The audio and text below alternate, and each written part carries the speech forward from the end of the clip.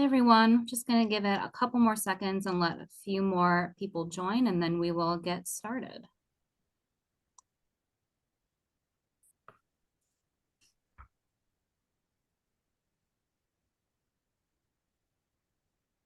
All right, we got a good chunk of participants, so let's kick this off. So good afternoon, and thank you for joining us for our National Jeweler Supplier Spotlight webinar series. Today's webinar is presented by GIA. Before I turn it over to GIA to get this started, I want to let our attendees know that if they have a question, they can type it into the Zoom Q&A box or in the chat. GIA will answer questions as they see fit. Also, today's session is being recorded and will be available on the National Jeweler website by Friday. And now I will turn it over to GIA. Well, thank you everyone for joining. So I'm Richard Pescara, Vice President of Global Market Development for GIA, and I'm joined by the esteemed Dr. Wuyi Wang, who's our Vice President of Research and Development. And as most of you probably know, GIA's mission is to ensure the public trust in gems and jewelry. And in my work as Vice President of Market Development and the work of my team is we're in constant dialogue with multiple levels of the jewelry supply chain. And what I hear from many of you is that you're worried, and you're worried about the vulnerability of public trust, and you're worried about the reputational risk to both the industry and to yourselves. And you worked on a few topics, but I think the pressing topic that we want to discuss today is the risk of undisclosed lab-grown diamonds in your inventory parading as natural. And recently I heard a story that keeps me up at night, and that I heard a story from a primary diamond manufacturer. And mind you, this manufacturer's work is to buy natural rough diamonds, polish them, and sell them. This manufacturer is not in the laboratory grown business at all, but yet they found a lab-grown diamond in their stock. And they, with some investigation, they discovered that ultimately it was from a return. And here's a primary manufacturer who realized, wow, I need to get in the practice of screening my goods, even though there'd be not very many reasons why something would be introduced. And so as I spend time visiting with retailers, wholesalers, manufacturers, one thing that I am seeing is some overconfidence in trusted relationships in supply chains. And I think that that's coming from a good place because, I've been in this industry for over 35 years now. And the magic of our industry is the relationships and the trust that gets built. And in most cases, that trust is well-founded. But the dependence on that trust by itself doesn't account for honest mistakes that could happen. And so we're seeing a wide range of screening practices, and everything from not screening at all and simply trusting the supply chain to screening everything, and a wide array in between. We are seeing, for those who screen, a dependence on instrumentation that requires qualitative judgment, meaning making observations and making judgment calls on those observations, and sometimes with mixed levels of gemological talent in interpreting those results.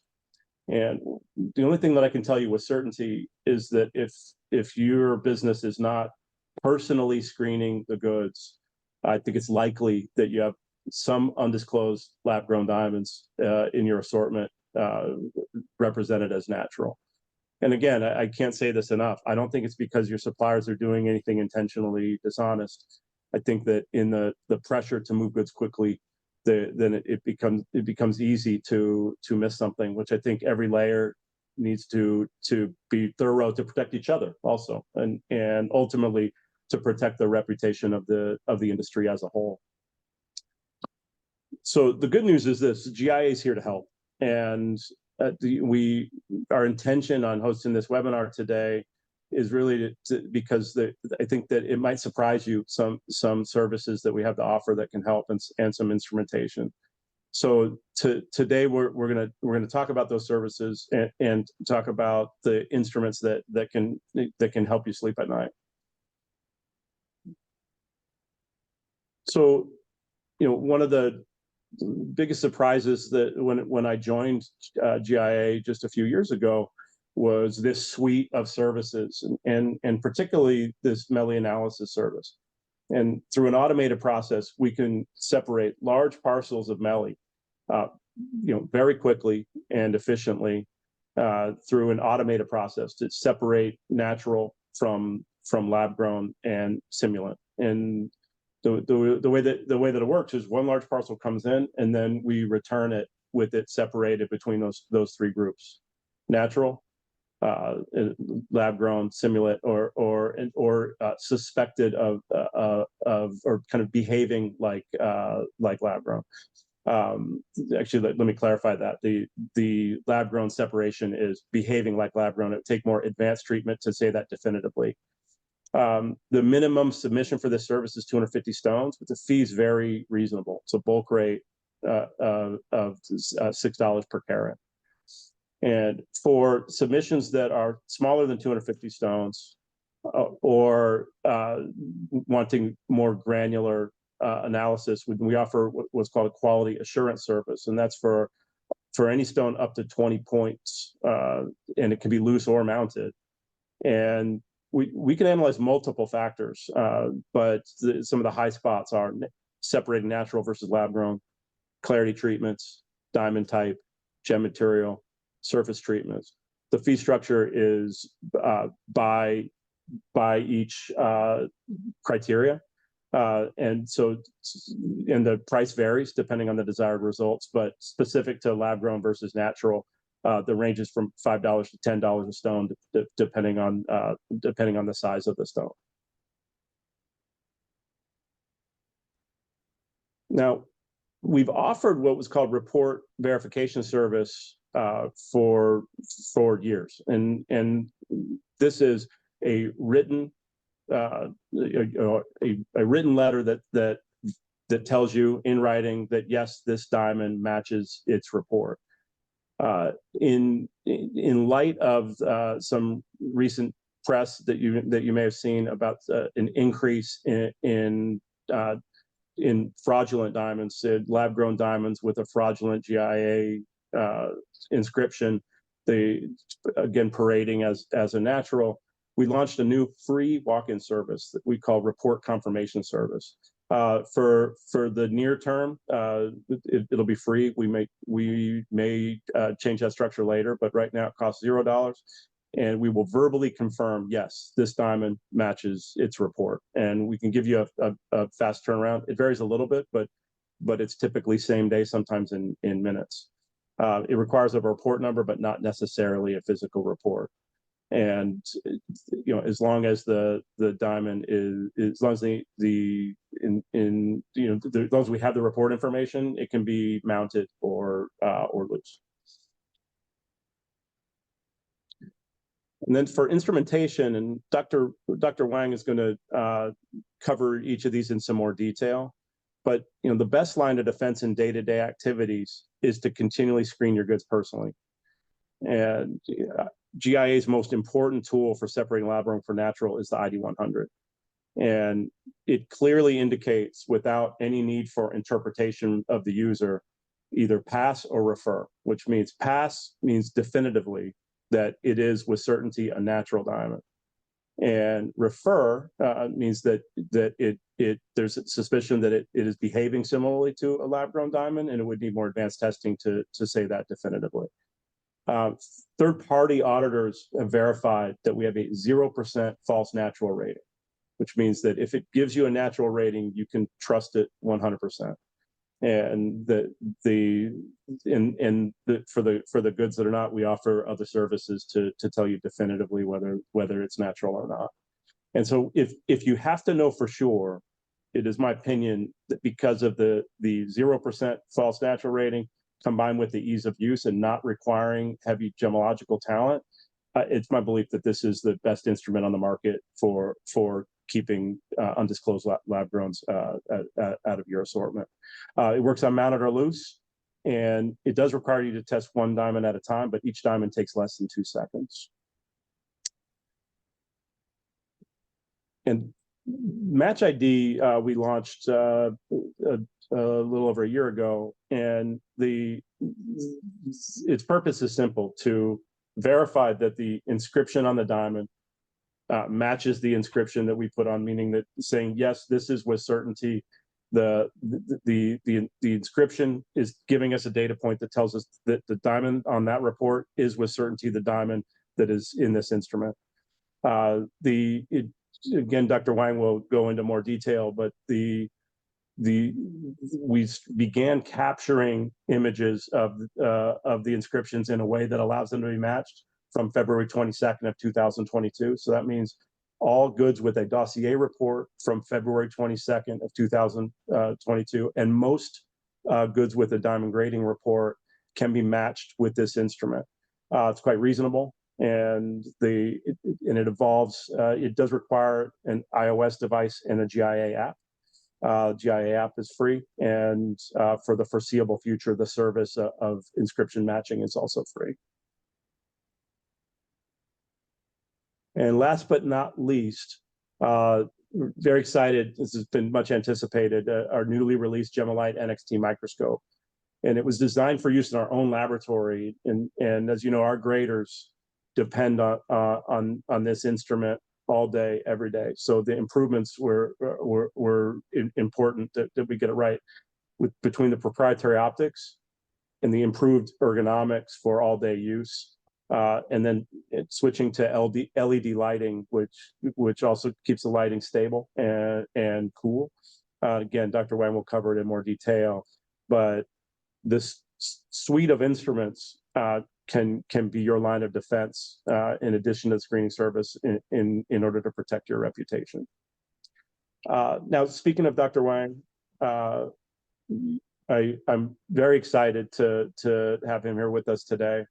You know, it's his team's vigilant research that helps GIA stay one step ahead of detection of materials, and you know, for lack of a more sophisticated way of saying it, being one step ahead of the bad guys is an important thing, and the reason that we stay quite a ways ahead in instrumentation and in detection and treatments.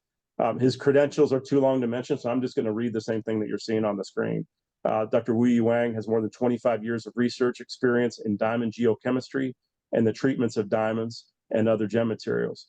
He holds a PhD in mineralogy, experimental petrology, and geochemistry from the University of Tsukuba in Japan, and a bachelor's degree in geology from Beijing University. Dr. Wang is widely published in gemological and geological magazines, including GIA's award-winning journal, Gems and Gemology, Rappaport, Journal of Gemology, and American Mineralogist, Earth and Planetary Science Letters, and Journal of Geophysical Research. He's been recognized with numerous awards and honors, including the American Gem Society and Richard T. Lidicote Awards, and the Dr. Edward D. Gublin Most Valuable Article Award from Gems and Gemology.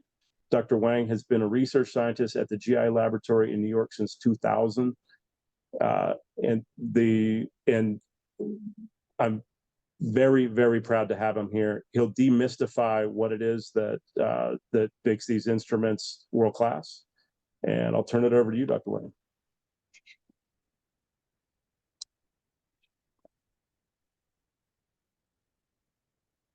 Thank you very much, Richard. And I'm going to share my screen.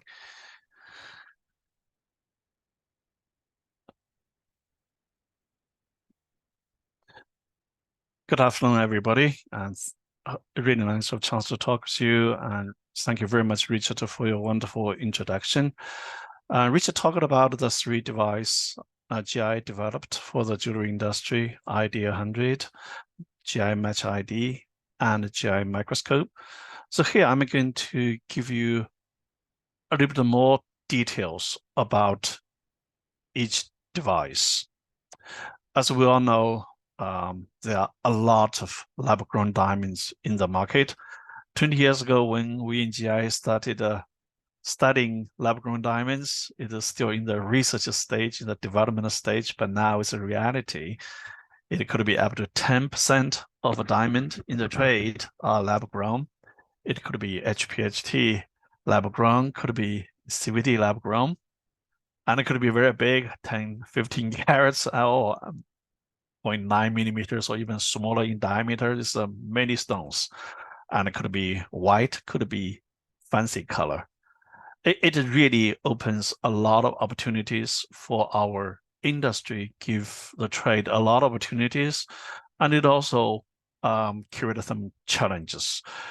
As what Richard mentioned, we really have to have a good technology to separate natural diamond from lab-grown diamonds. That's really, really important. So here I'm going to talk technical details about the 3 device and to see how this device, GI developed, could help the trade to mitigate the challenges in front of us. So first, I'm going to show you some technical details of the GI ID 100, how it works to separate the natural from lab-grown diamonds. The picture I'm showing you here, it is a fluorescence image of natural diamonds. There are many diamonds. All of them are natural diamonds under UV light. So as you see here are fluorescence. Most of them showed beautiful blue fluorescence. Some showed a green fluorescence, a few of them, and some showed orange fluorescences. What we know is a natural diamond. In general, they fluorescence different from lab-grown diamonds. We need a device to capture this difference accurately to separate them. So here's the design for GI's ID 100. It's a small box. It is like size of a regular desktop telephone or even slightly smaller than that. What we use is to use a 385 nanometer LED. So this is UV light, and it goes through optics and through a fiber and a probe tip to the UV light hit the diamond sample or any sample. Then the fluorescence of this samples from this diamond will be collected by the same probe and go back through the optics, go to a spectrometer. So here we're talking about a spectrometer to see the whole spectrum of fluorescence instead of the color only.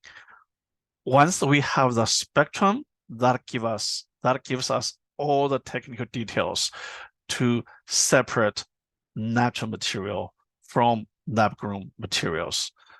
So here I want to show you a little bit more details. What I show you here, the 3 diamonds, they are all colorless. One is a natural diamond, one is a HPHT lab-grown, and one is a CVD lab-grown.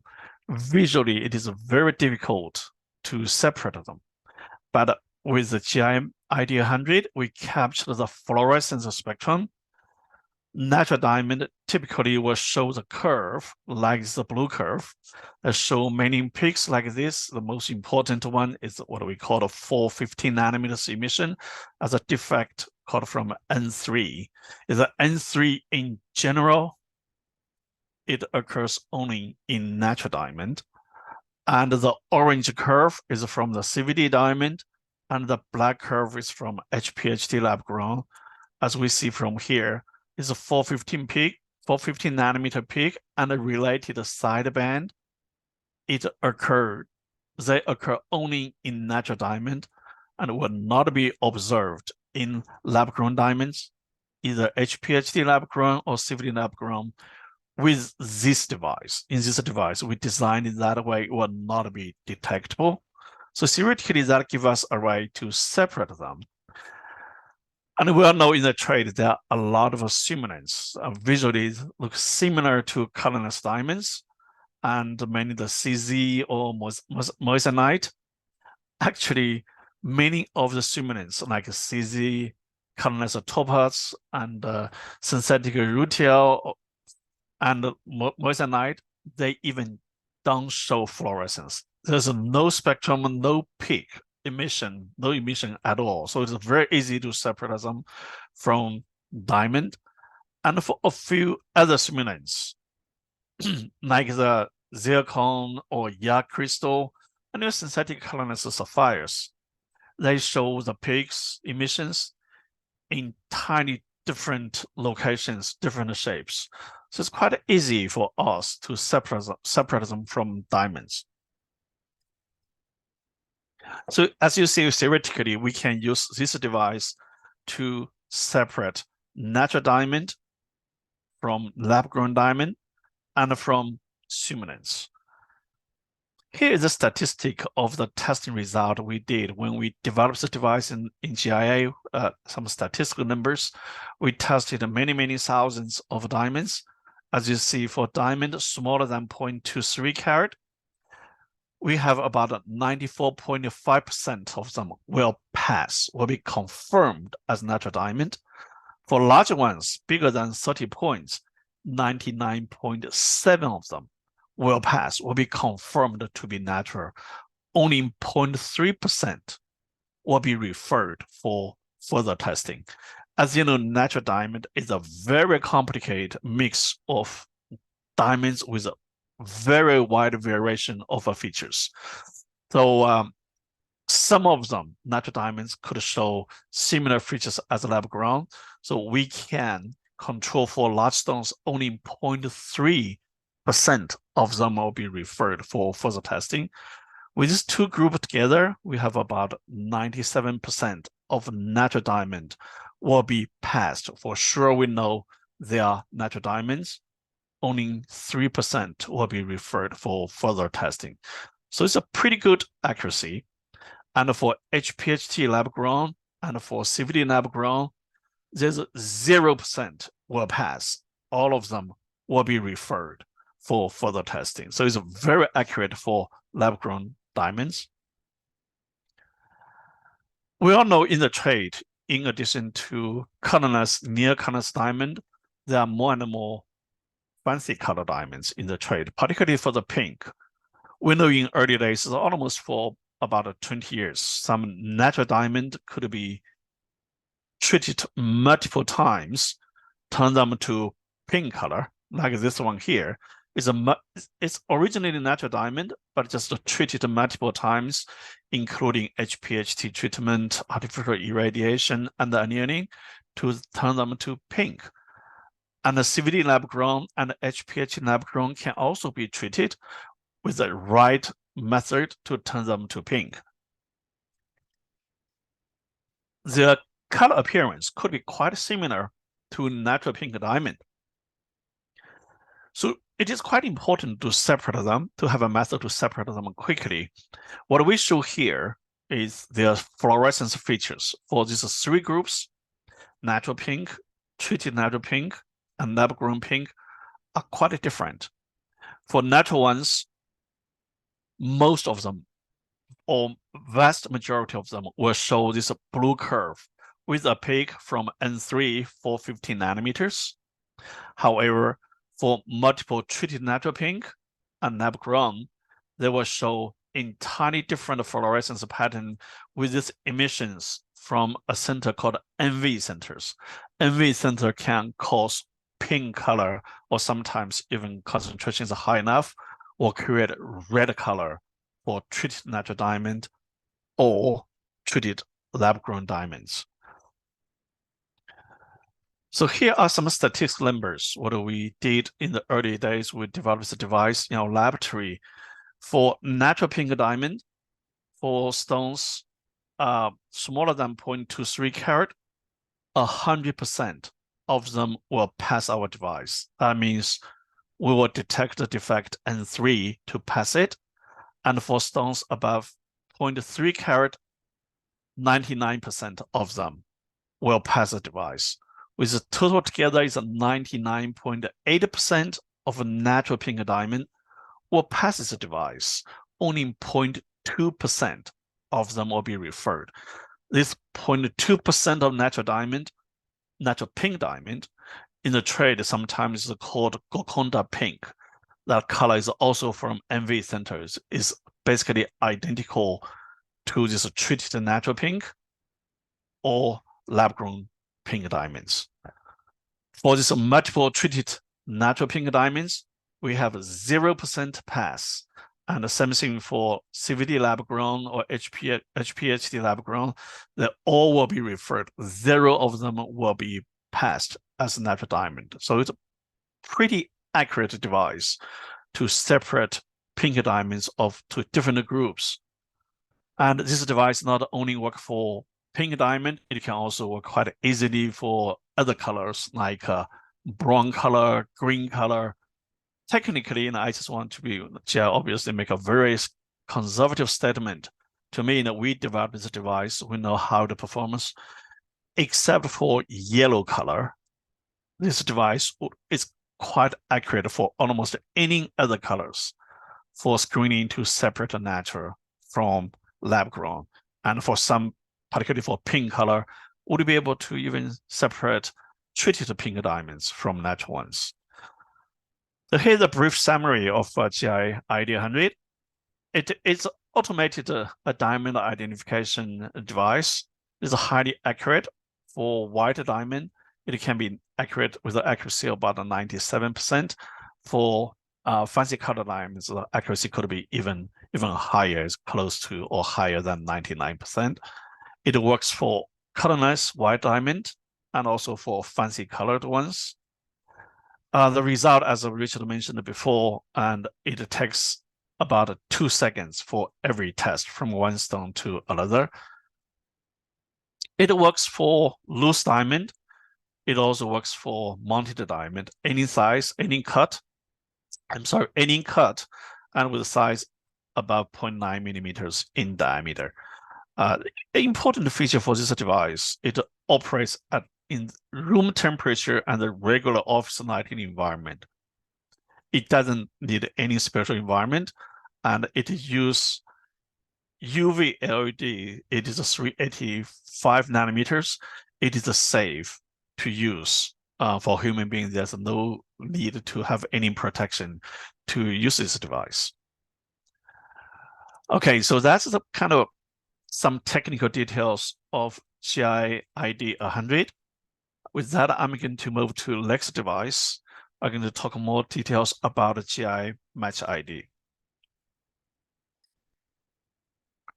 GI has 11 laboratories all over the world, and we have thousands of graders. Every year, as you can imagine, we grade millions of diamonds. In the trade, the ideal situation is to have a true GI graded diamond with an authentic GI report. That's the ideal situation.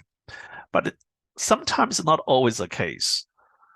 The report could be true, could be a real GI report, but the stone is a replacement, is a counterfeit diamond.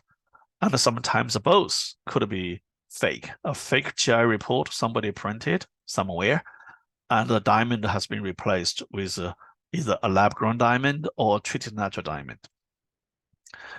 So in the trade, we need a verification system, a verification method to tell the clients, to tell the trade, if this is a truly GI graded diamond.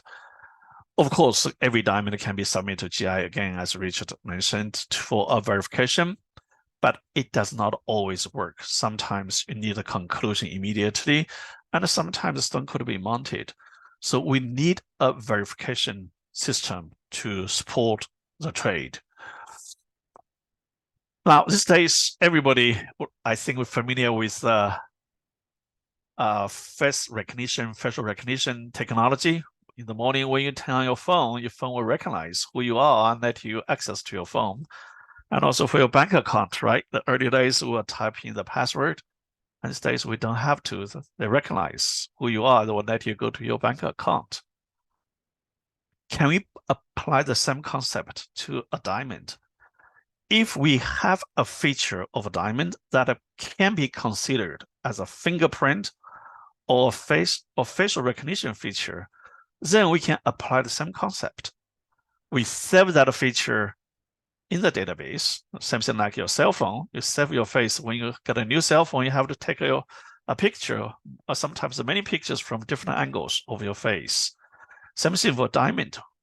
We can save that feature in GI database as reference and then make it accessible to the public. And then we can distribute a small device, that's GIA Match ID.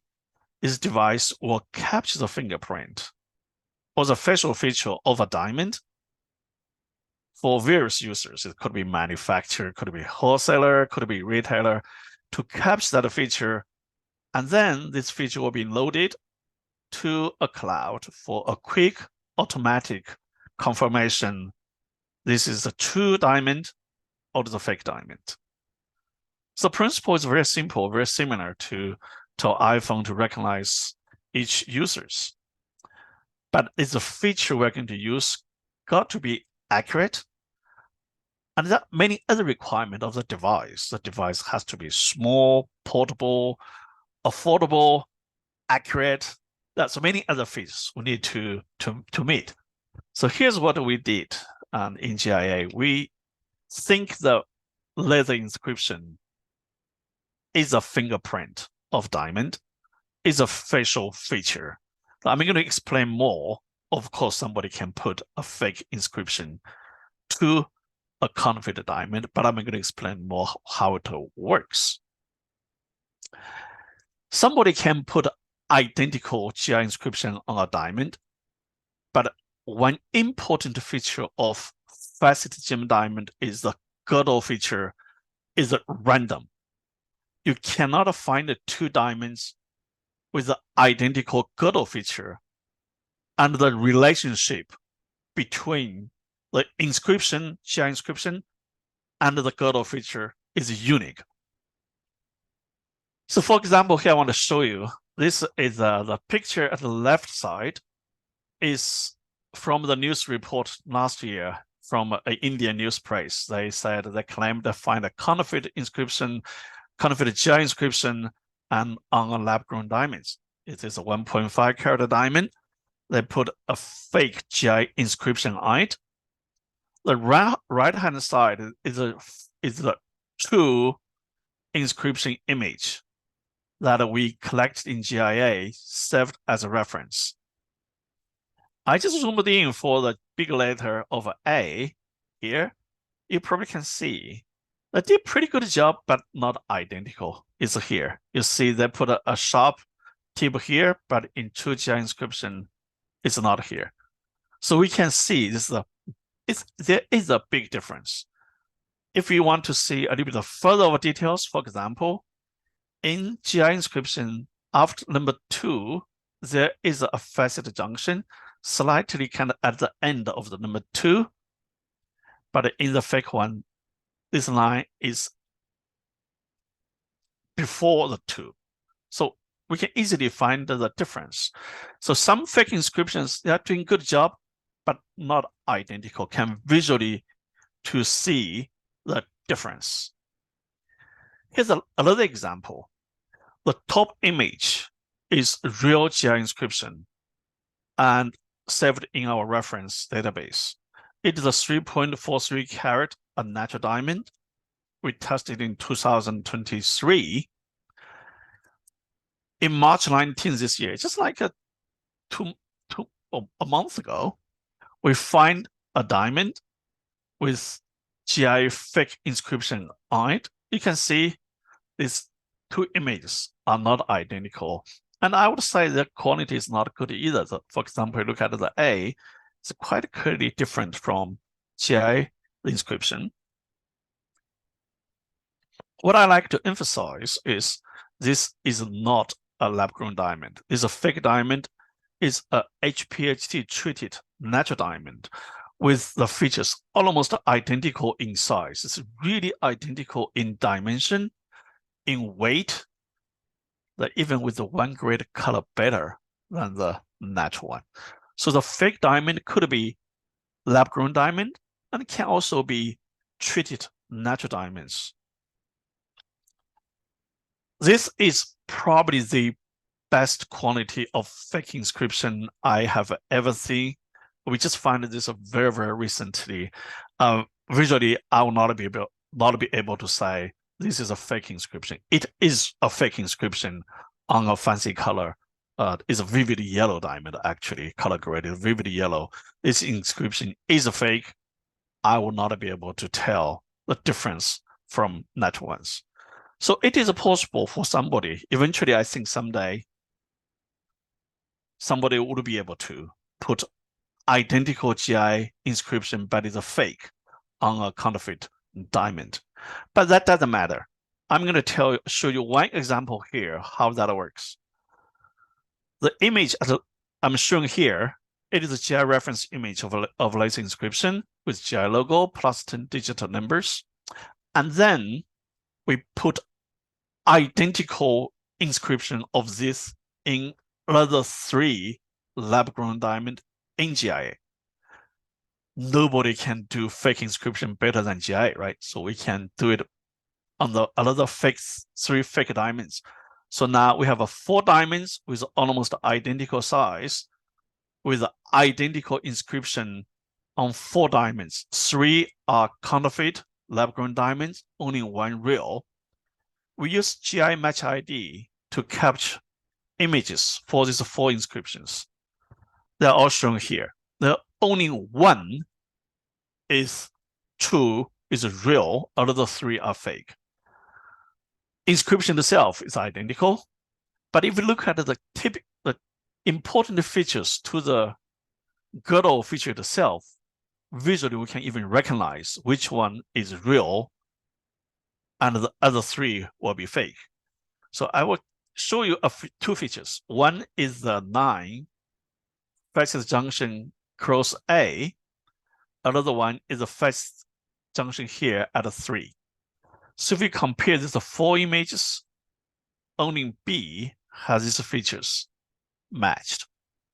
Others will see some difference. So I'm not going to spend a lot of time asking you to look at these images carefully, but it is even visually possible to identify which stone is true and which is fake. Even the inscription is absolutely identical. But we don't want to do this visually for every stone. That's too much time, too much effort. We want to automate it. So here's how it works in GIA Laboratory. Almost every single diamond submitted to GIA and or get inscribed. Now, for all the dossier stones and most of the diamond grade stones submitted for diamond grading will get inscribed in GIA Laboratory. I just happen to have this beautiful picture of GIA New York lab. So to GIA lab, get inscribed, and all of the inscription will be captured automatically. It doesn't take us any time. It's an automated process. Immediately after inscription, the image will be captured and loaded to GIA Cloud to save there as reference. And then in the trade, and for whatever even the retailer or in the wholesaler for inventory control, for whatever purposes, you have a diamond, you can put on this small device, GIA Match ID. This Match ID will show you a very high quality image of the inscription on its own screen and its image. And this device the Match ID can be connected to your cell phone. It has to be an iPhone. It's a Bluetooth. And then the image will be loaded to your cell phone. Use GIA apps, that's what Richard just mentioned, the GIA apps. GIA apps is free, you can download it from Apple Store. And then you will see the image.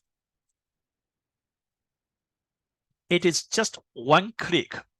The image will be loaded to GIA Cloud and will be calculated there, matched or not matched, with a conclusion to you in a very short period of time. If it is matched, it will show you the true, real report, all the details of this diamond. So it's a very simple process for me to, looks like very simple to describe the process. It's the 2 images automatically match or not match. A lot of detail work behind it. Obviously, AI's artificial intelligence played an important role behind these functions. I'm going to show you 1 slide if you have interest in how it works. We trained this image very, very carefully. We can recognize each letter and automatically recognize a letter and the numbers with a good quality of image and sometimes even with a poor quantity images. The system has been so nicely trained, and it does not have to be very good quality image. We want that device to be user-friendly. And then it is set up relationships of these inscriptions to all the detail features of these Godot features. So that I'm not going to touch much more details, but that make it possible to match or not match. So a brief summary of GI Match ID. So we successfully developed a portable device, and that can be useless inscription image for diamond verification purposes. It's affordable, a few $100s, as Richard just mentioned, and it's a durable, very, very durable device. The matching time is quick. Here, I'm showing you it takes 20 to 30 seconds for the match. In reality, sometimes or many cases, it takes much shorter time than 20 or 30 seconds. It's accurate, that's very important, right? It gives us more than 98% accuracy. It works for loose diamond for now. Hopefully, someday we can claim it will work for mounted diamond. Richard really doesn't want me to say it works for mounted diamond at this moment, but that's our goal. We want to someday we can claim it works for mounted diamond. At this moment, it works for faceted girdle and also work for bruted girdle. A small percentage of diamonds in the trade still have a bruted girdle, so it works. Inscription could be washed away during the mounting or during the use. Sometimes you will see the inscription later have a half white, the black material disappeared. For our device, it doesn't matter. It has been trained to recognize partially washed out or even entirely washed out inscription that can still be used for match. And as Richard mentioned, our device now, it only works for iOS system and basically just an iPhone. For other Android, it's not ready yet. So that's a kind of a summary of GI Match ID. Finally, I'm going to quickly go to GI microscope.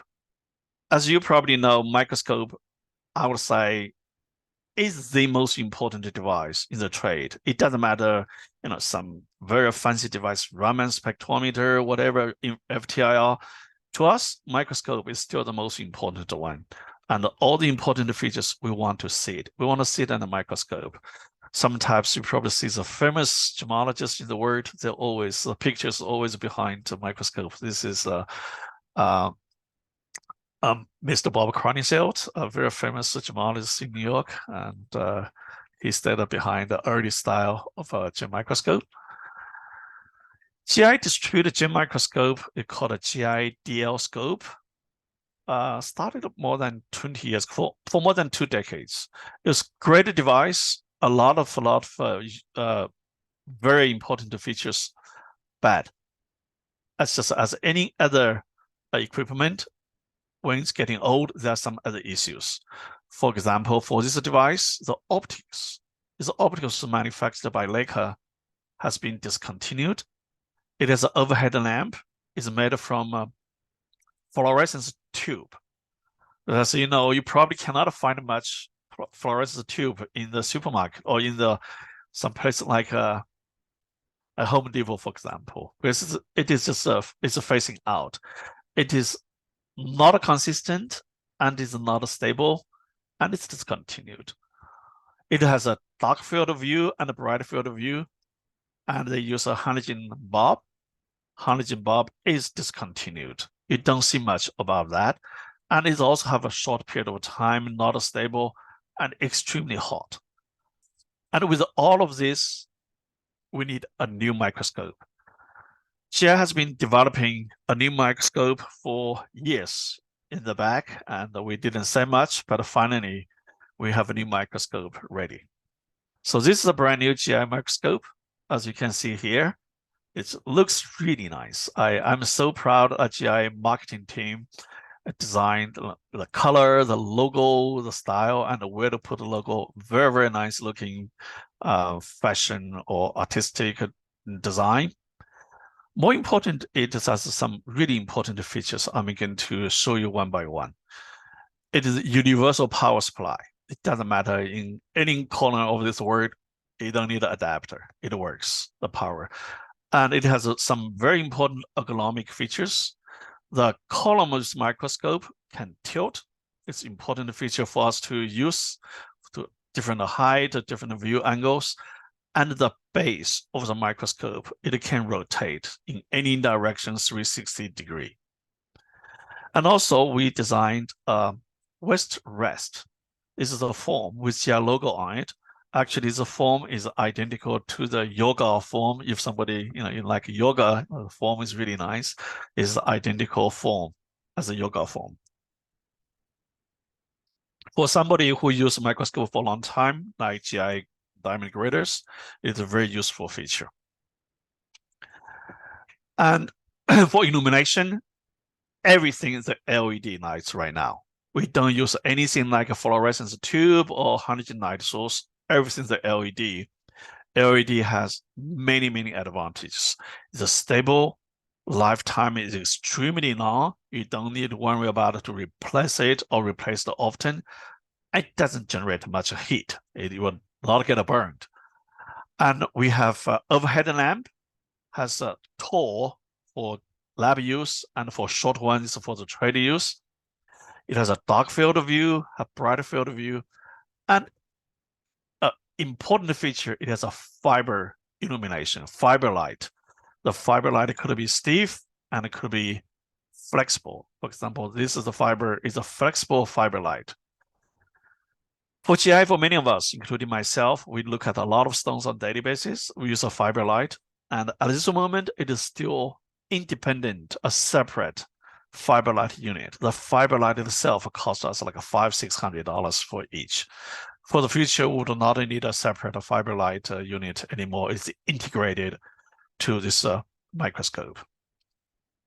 For optics, it has a 10 times lens and a 15 times that give you a large range of magnification. I think it is more than enough for the magnification for observation of gemstones.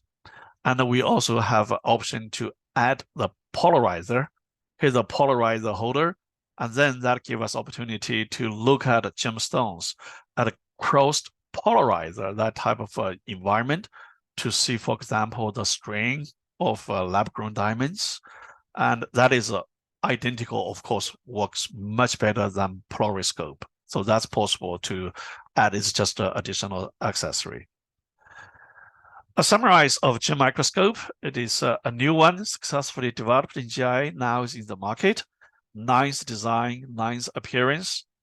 It is ergonomic in design, excellent image quality. It's really good optics, excellent quality in image.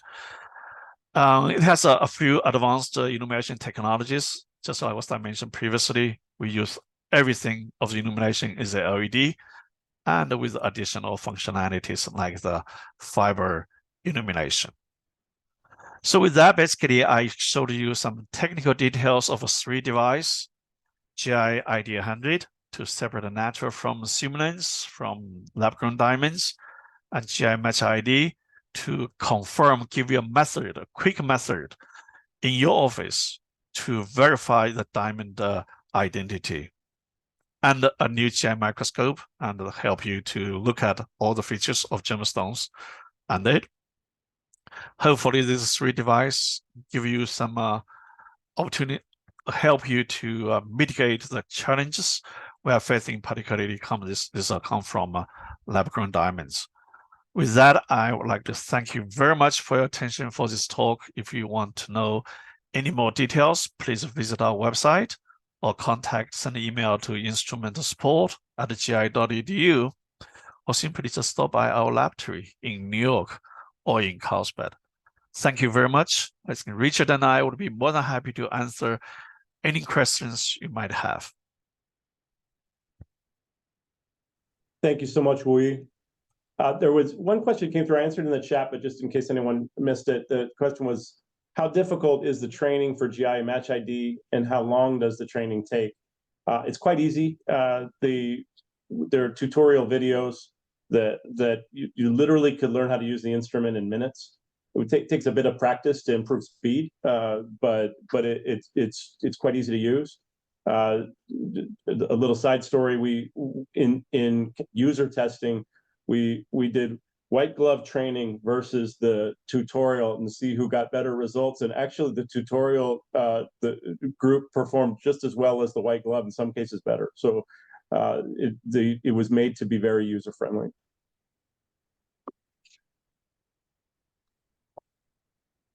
And it appears that we do not have any more questions in the chat. We pride ourselves in being accessible, though, so there's lots of ways to contact us with any types of questions. But thank you. We know that your days are busy, and we really appreciate you spending your time with us today. So, one more thing. Do you offer any trade-ins towards the new microscope?